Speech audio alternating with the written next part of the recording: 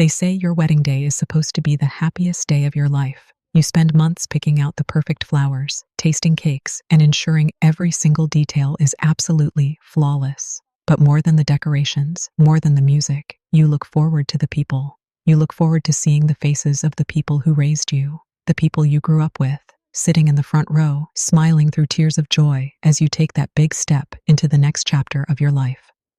I stood in the small holding room just off the main chapel, my hands shaking slightly as I adjusted my tie in the mirror. Outside that door, a room full of guests was waiting. My friends, my colleagues, and my beautiful bride-to-be's entire family had already arrived. The atmosphere out there was buzzing with laughter and excitement, but inside my room, the silence felt heavy. It felt suffocating. Every few seconds, I checked my phone. Nothing. No text messages, no missed calls, no updates. 10 minutes ago, the ceremony was supposed to start. The wedding coordinator, a kind woman named Sarah, knocked gently on the door and stepped in. She had a look of polite concern on her face. "Michael," she whispered, trying to keep her voice calm, "we're ready whenever you are." But I noticed the first 2 rows on the right side are completely empty. Are we waiting for a bus or a group delayed by traffic? The right side. That was my side. That was the side reserved entirely for my parents, my older sister Chloe, my aunts, my uncles, and my cousins. An entire section of 30 seats, completely bare. "Let me make a quick call," I told Sarah, forcing a tight, nervous smile. "I'm sure they just got caught in that construction down on Highway 4. But deep down, a cold knot of dread was already tightening in my stomach. I dialed my mother's number first. It rang once, twice, 3 times, and then went straight to voicemail. I frowned and dialed my father's phone. Same thing, straight to voicemail. Finally, with my heart hammering against my ribs, I called my sister Chloe. On the 5th ring, she picked up, but she didn't say hello. Instead, all I heard in the background was loud, upbeat country music, the distinct clinking of glasses, and a burst of loud, booming laughter, a laugh I recognized instantly as my Uncle Mark's. "Chloe?" I said, my voice cracking slightly. "Where are you guys? The ceremony was supposed to start 15 minutes ago. Everyone is waiting." There was a brief pause on the other end, followed by a heavy sigh.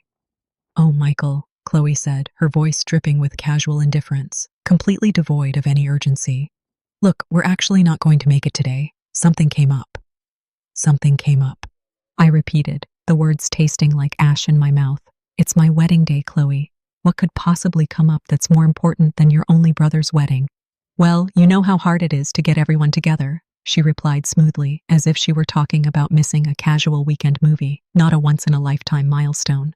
"It's a beautiful Saturday, and the weather is just perfect." Chloe's husband, Dave, decided to throw a massive backyard BBQ and pool party. He bought those expensive prime steaks, and honestly, the whole extended family is already here. We figured you'd be so busy with your new wife and her family that you wouldn't even notice if we skipped out.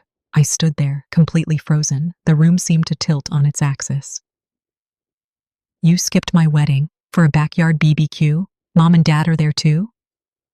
"Yeah, they're right here by the grill," Chloe said carelessly. "Look, Michael, don't be dramatic. We'll celebrate with you guys some other time. Have a great wedding, okay? I gotta go. Dave is opening the champagne." The line went dead. I slowly lowered the phone from my ear, staring at the blank screen. The betrayal didn't hit me like a sudden wave. It hit me like a physical blow to the chest, knocking the air straight out of my lungs. My own flesh and blood, the people who were supposed to support me, had chosen steak and a swimming pool over me. They hadn't just forgotten, they had actively decided that a casual Saturday afternoon party was worth more than witnessing my marriage. I looked at my reflection in the mirror. I looked sharp, dressed in a tailored suit, ready to start a family of my own. And in that exact moment of crushing heartbreak, a strange, icy calm washed over me. The sadness vanished, replaced by a cold, hard resolve. They thought I wouldn't notice. They thought they could just cast me aside like an afterthought and go on enjoying their perfect little sunny afternoon. They had no idea that their casual decision to skip my big day had just set off a chain reaction. A reaction that would soon bring their entire world crashing down. To truly understand why my family thought they could get away with something so incredibly cruel, you have to understand the dynamic I grew up in. For as long as I can remember, I was the invisible child. My older sister Chloe was the golden child. She was loud, popular, and demanding. From the time we were kids, my parents, Richard and Eleanor, revolved their entire universe around her. If Chloe wanted to take expensive gymnastics lessons, the family budget was adjusted to make it happen. If Chloe had a minor school play, my parents would invite the neighbors, throw a pre-show dinner, and capture every second on a high-end camera. I, on the other hand, was the quiet one. I worked hard, kept my head down, and earned good grades without throwing tantrums or demanding a spotlight. But instead of earning praise, my independence became an excuse for my parents to neglect me. They assumed that because I didn't complain, I didn't need their time, their attention, or their support. I remember when I graduated from college with honors, I had worked 2 jobs just to pay my way through school, wanting to make them proud. On the day of my graduation, my parents arrived late, sat in the very back row, and left immediately after the ceremony because Chloe had a minor disagreement with her boyfriend and needed her mother's comfort. There was no celebratory dinner for me, no cake, just a hasty text message saying, "Proud of you, honey, left some leftovers in the fridge." When I met Sarah, everything changed. For the first time in my life, someone saw me.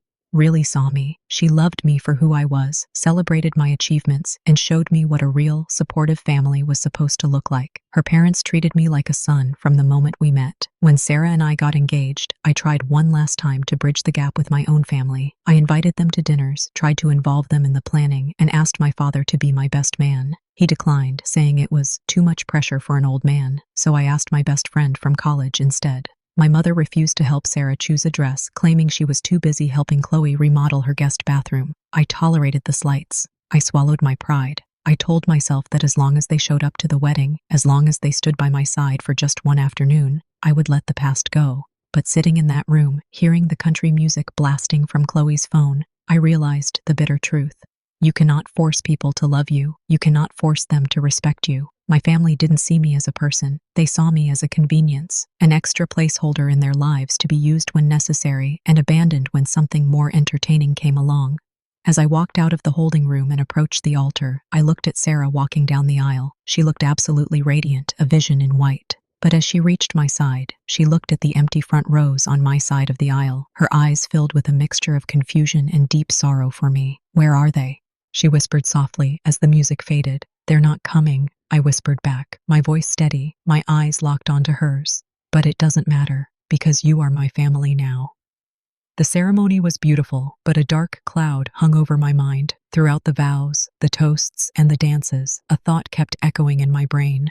My family loved money, status, and appearances above all else. Chloe's husband, Dave, was a self-proclaimed real estate mogul who constantly bragged about his wealth, though everyone knew his entire business was built on shaky loans and financial favors from my parents. My parents had put their entire retirement savings into Dave's latest commercial property venture, betting everything on his success. They thought they were untouchable. They thought they were the elite, sitting in their beautiful backyard, eating expensive steaks, laughing at the brother who wasn't worth their time. What they didn't know was that I possessed a piece of information, a very specific, highly sensitive piece of information that I had discovered just 3 days prior through my work as a senior risk analyst for the city's largest corporate banking firm. I had planned to bring it up to my father privately after the honeymoon to save him from financial ruin. But as I watched my new wife laugh with her friends, looking at the empty seats where my parents should have been, I realized my family didn't deserve my protection. They wanted to play games. It was time to show them exactly what happens when you push the quiet child too far.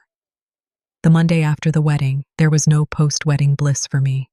Sarah and I had planned to delay our honeymoon by a couple of weeks due to my inn. It belonged to Oak Ridge Development Group, the real estate company owned entirely by my brother-in-law, Dave. At the time, I had glanced at it briefly, shocked by what I saw, but I had closed the file, intending to address it after the weekend. I had wanted to sit down with my father, look him in the eye, and say, "Dad, Dave is lying to you. Your retirement money is in serious danger." I wanted to be the savior. I wanted to earn their love. How foolish I had been. Now, I opened the file with a completely different mindset. I didn't look at it with the eyes of a protective son. I looked at it with the cold, analytical precision of an executioner. As I dug deeper into the digital paperwork, the sheer scale of Dave's deception became glaringly obvious. Dave wasn't just struggling, he was sinking in a quicksand of his own making. To secure a massive $4 million commercial loan from our bank for a luxury apartment complex project, Dave had submitted fraudulent asset reports. He had listed several properties as collateral, properties that he didn't actually own outright. He had falsified lease agreements to make his monthly cash flow look 5 times higher than it actually was. But the most damning piece of evidence lay in the funding sources. To meet the bank's strict cash reserve requirements for the loan, Dave had taken a massive injection of capital from an external private investor. That investor was my father, Richard. My father had signed over his entire corporate pension, along with the deed to their family home of 30 years, as a secondary guarantee for Dave's loan. Dave had promised them a guaranteed 20% return within a year, but according to the project's real construction logs, which I pulled from the city's building permit database, the project had been completely halted for 2 months due to severe zoning violations and environmental hazards. The Montagne A was burning away in legal fees and interest payments. Dave was completely broke, running a corporate shell game, using my parents' life savings to pay off older debts while pretending to be a successful tycoon. And there they were, just 48 hours ago, sitting in the backyard of a mansion paid for by stolen time and borrowed money, drinking champagne and laughing about how they couldn't be bothered to attend my wedding. If our bank discovered this fraud, the loan would be immediately called in. It belonged to Oak Ridge Development Group, the real estate company owned entirely by my brother-in-law Dave.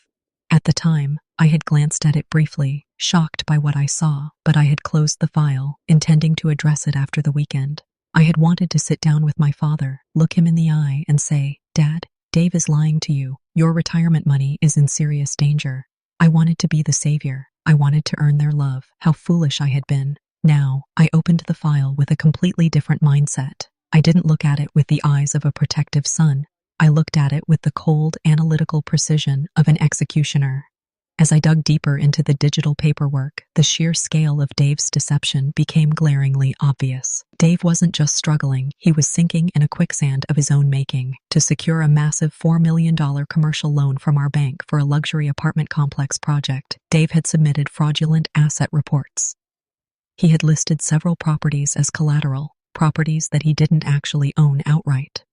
He had falsified lease agreements to make his monthly cash flow look 5 times higher than it actually was. But the most damning piece of evidence lay in the funding sources. To meet the bank's strict cash reserve requirements for the loan, Dave had taken a massive injection of capital from an external private investor. That investor was my father, Richard. My father had signed over his entire corporate pension, along with the deed to their family home of 30 years, as a secondary guarantee. The acceleration clause would be triggered, Dave's company would be forced into involuntary bankruptcy, and every single piece of collateral, including my parents' home and my father's pension, would be legally seized by the bank to recover the losses. Standard bank protocol required me to flag this file, write a comprehensive risk report, and submit it to the senior board of directors for immediate legal action. If I did that, the process would take weeks, and Dave might find a loophole or a corrupt ally to smooth things over. No, I didn't want a standard corporate audit. I wanted a definitive, undeniable explosion. I noticed a specific detail in the file. The loan was up for its mandatory semi-annual compliance review on Friday at 3:00 p.m. The review required a live, recorded conference call between the bank's executive credit committee, the lead analyst, which was me, and the primary borrower, Dave, along with any major financial guarantors. I leaned back in my chair, a slow smile spreading across my face. My family thought a phone call from me was just an annoyance. They thought my voice was something they could just hang up on. I was about to schedule a phone call that none of them would ever forget. The preparation was meticulous. For the next 3 days, I worked late into the night, compiling every single piece of fraudulent data Dave had submitted. I cross-referenced bank statements, pulled public tax records, and gathered certified statements from the actual owners of the properties Dave claimed to possess. I created an airtight, undeniable presentation of financial fraud. It was a digital bomb, and I had my finger right on the detonator. On Wednesday, I received a text message from my mother. It was the first communication from any of them since the wedding. "Hi Michael, hope the wedding went well. Chloe said she spoke to you. Your father needs a small favor. Abe's business is expanding rapidly, and he needs a short-term bridge loan of about $50,000. Since you work at the bank, can you just sign off on a quick approval for him? Let us know when it's done. Love, Mom." I stared at the message, a bitter laugh escaping my lips. The sheer audacity was mind-boggling. They couldn't find the time to sit in a church seat for 1 hour to watch me get married, but they had absolutely no problem asking me to risk my professional career and break the law to bail out the golden child's husband. They didn't even ask how the wedding was. They didn't ask to see a single photo. They just wanted cash. I typed back a calm, completely neutral response. "Hi, Mom. I can certainly look into Dave's financial portfolio. In fact, his primary commercial loan is up for a standard compliance review this Friday afternoon. Since Dad is listed as the primary financial guarantor on the account, both Dave and Dad need to be on an official compliance conference call with my bank's executive committee. It's a formality, but absolutely mandatory. I will send the calendar invite for Friday at 3 p.m. sharp. Please ensure they are both in a quiet room with a stable phone connection. If they miss this call, the loan goes into immediate technical default. A few minutes later, my phone buzzed. It was a text from Dave. "Hey man, thanks for setting this up. Didn't know you had that kind of pull at the bank. Appreciate you helping us smooth things over with the board. I'll make sure your dad is with me in my office. See you on the call, bro." Bro. He called me bro. The same man who, 2 days prior, was clinking glasses and celebrating the fact that they had successfully avoided supporting me. He thought I was his inside man. He thought that because I was the quiet, submissive younger brother, I would happily cover up his crimes and protect his kingdom. On Thursday afternoon, I walked into the office of the Senior Vice President of Risk Management, Mr. Arthur Vance. Mr. Vance was a strict, no-nonsense veteran of the banking industry who loathed corporate corruption above all else. "Michael," Mr. Vance said, looking up from his glasses, "what can I do for you? Aren't you supposed to be preparing for a honeymoon?" "There's been a change of plans, Mr. Vance," I said, placing a thick black binder on his desk. "During my pre-honeymoon audit, I uncovered a massive case of organized asset fraud regarding the Oak Ridge Development Group loan. The borrower has falsified millions of dollars in collateral and enticed an elderly couple to sign over their entire retirement pension based on fabricated cash flow statements." Mr. Vance's eyes narrowed. He picked up the binder, flipping through the pages. As he read the certified documents and the evidence of fraud I had compiled, his face grew progressively pale, then flushed with anger. "This is egregious," Mr. Vance breathed, slamming the binder shut. "This is criminal fraud of the highest order. Who is the analyst who approved this initial phase?" "It was fast-tracked through an external broker, sir," I replied smoothly, "but the semi-annual live review is scheduled for tomorrow at 3 p.m. I have already secured the presence of the primary borrower and the lead guarantor on the line. I want your permission to conduct this review under full executive observation." Mr. Vance leaned back, his eyes sharp as flint. "Permission granted, Michael. In fact, I will personally join the line, along with our head of legal counsel and a representative from the State Banking Regulatory Bureau. We will let them state their case, and then we will shut them down permanently. Excellent work." "Thank you, sir," I said, bowing my head slightly. As I left his office, a cold thrill ran down my spine. The stage was completely set. The actors had no idea they were walking directly into a trap of their own making. Tomorrow afternoon, at exactly 3 p.m., the country music would stop playing. Friday arrived with a heavy electric tension in the air. I spent the morning reviewing the digital presentation one last time. Every spreadsheet, every forged signature, every falsified bank statement was perfectly aligned. At 2:50 p.m., I walked into the bank's primary executive boardroom. The room was massive, dominated by a long mahogany table, high-backed leather chairs, and a state-of-the-art conference phone system in the center. Mr. Vance entered, followed by Ms. Henderson from legal and Mr. Wright, an official investigator from the banking authority. They took their seats in silence, their expressions grim and professional. I took my seat at the head of the table, pulling up the master controls for the digital line. At exactly 2:59 p.m., the system chimed. A line connected. "Hey, Michael, we're here!" Dave's voice boomed through the high-definition speakers, echoing off the mahogany walls. He sounded incredibly confident, relaxed, and arrogant. "I've got your dad here with me too. We're sitting in my executive suite, ready to get this paperwork pushed through so we can all enjoy the weekend." "Yes, hello, Michael." My father's voice came through next. He sounded distant, slightly distracted, but entirely unworried. "Let's get this sorted out quickly, son. Your mother and Chloe are waiting for us at the country club for an early dinner." They still didn't ask about the wedding. They didn't ask how I was doing. Even now, on an official corporate call, I was just a tool to expedite their weekend plans.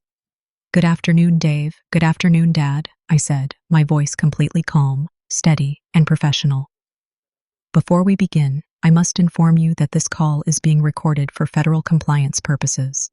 Furthermore, we have several individuals present in the boardroom today. Joining us is Mr. Arthur Vance, Senior Vice President of Risk Management, Ms. Henderson, Head of Corporate Legal Counsel, and Mr. Wright from the Banking Regulatory Bureau." There was an immediate dead silence on the other end of the line. The casual, upbeat atmosphere in Dave's office seemed to instantly evaporate.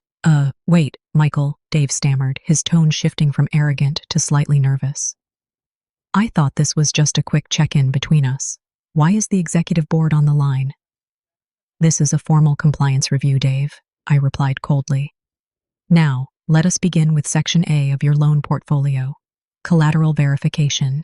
You listed the properties at 405 Oak Street and 1210 Maple Avenue as primary corporate assets with an equity value of $5 million. Is that correct? Yes, that's correct, Dave said, trying to regain his confidence. Those properties are generating strong monthly revenue. I clicked a button on my laptop, uploading the first document to the shared corporate portal. According to the county clerk's office, those properties were actually sold to an independent holding firm 8 months ago.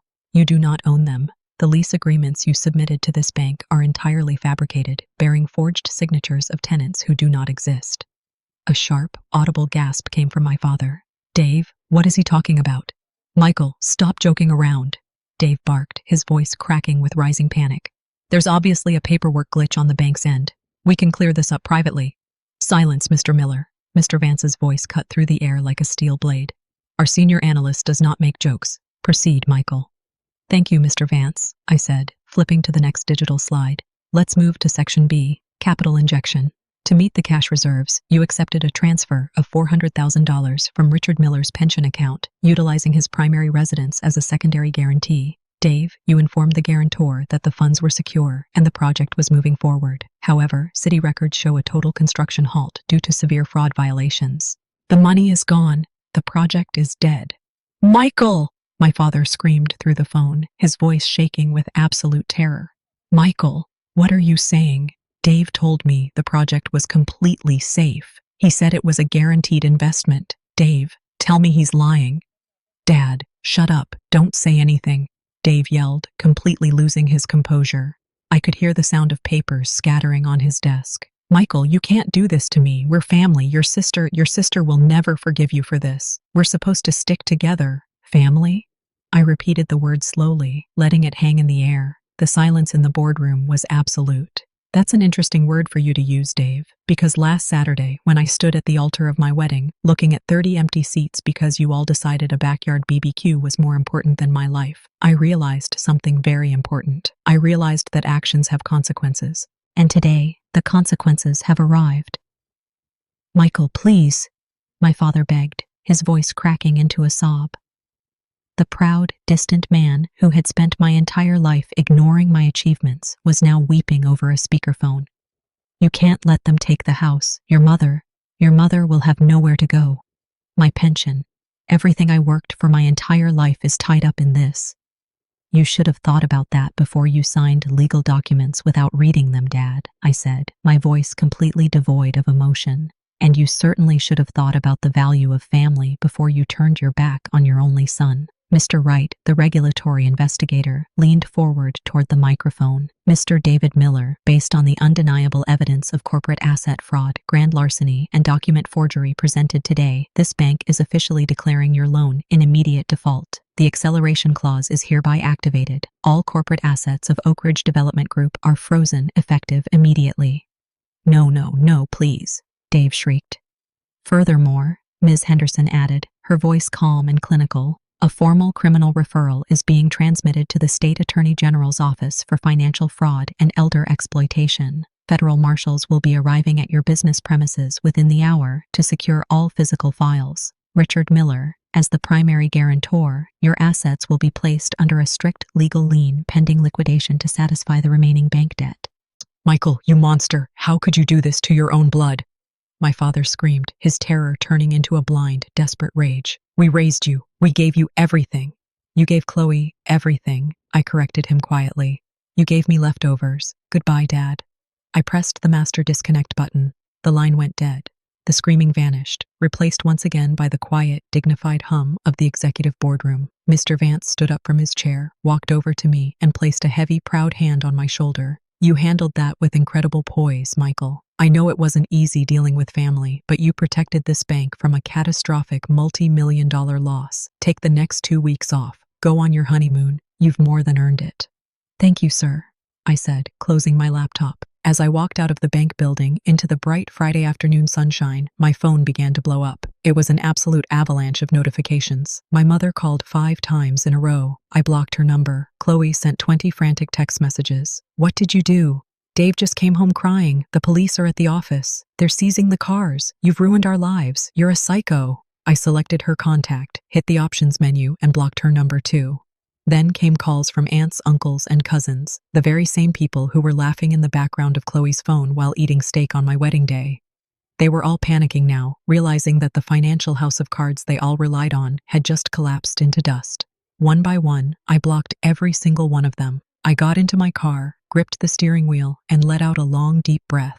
For the first time in my entire life, the heavy weight of expectations, the constant desire to please people who would never love me, and the deep sadness of neglect were completely gone. I felt incredibly light. I felt free. They thought they could skip my big day without a care in the world. They thought I was a nobody, a background character in their glamorous lives. But with a single, calculated phone call, I had rewritten the entire script. 2 weeks later, Sarah and I were sitting on a white sandy beach in Maui, watching the sun slowly dip below the horizon, painting the sky in brilliant shades of orange, pink, and purple. The sound of the ocean waves crashing gently against the shore was the only melody we needed. My phone was completely silent. I had bought a new SIM card, giving the number only to Sarah, her parents, and my professional colleagues at the bank. The old life was completely locked away in a drawer back home. Through a mutual college friend who still kept tabs on my family, I eventually learned the full extent of the fallout. Dave's company went into full liquidation. His beautiful mansion, the one with the pool where they threw the infamous BBQ, was foreclosed upon by the bank. He and Chloe were forced to move into a tiny, cramped 2-bedroom apartment on the rough side of town. Dave was currently facing multiple felony counts of financial fraud, with a trial date set for the upcoming winter. His reputation in the business community was completely destroyed. He was an absolute pariah. My parents didn't escape the damage either. Because my father had signed over his pension and the house as a guarantee, the bank seized the family home. They were forced to sell off their luxury cars, their country club memberships, and all their expensive jewelry just to pay off the remaining legal liabilities and avoid criminal prosecution themselves. They were now living in a small, rented retirement trailer, surviving entirely on basic Social Security checks. The Golden family had been utterly brought to its knees. Their status, their wealth, their arrogance, all gone, vanished like smoke in the wind. Sarah reached over, taking my hand in hers, her thumb gently rubbing the back of my knuckles. "Are you thinking about them?" she asked softly, her eyes filled with nothing but pure love and understanding. "Just for a moment," I admitted, looking out at the vast, beautiful ocean. "I was just thinking about how much energy I wasted trying to get them to see me, trying to get them to care." "And now?" she asked. "And now I realize that true family isn't about blood," I said, turning to look at her, smiling from the bottom of my heart.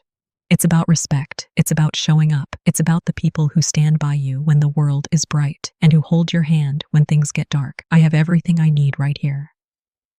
We clinked our glasses together, toast to a future built on honesty, mutual respect, and real love. There is a profound moral lesson in what happened to my family. Life has a strange, poetic way of balancing the scales. When you treat people like they don't matter, when you cast aside those who love you for the sake of temporary pleasure, vanity, and greed, you are building your house on a foundation of sand. My family thought they were skipping a simple wedding. They thought they were just ignoring Michael, the quiet child who would always swallow his pride and suffer in silence. But they forgot that the quietest people are often the ones who observe everything. And when you push a good person too far, when you show them that your love for them is completely non-existent, you lose the only protection you ever had.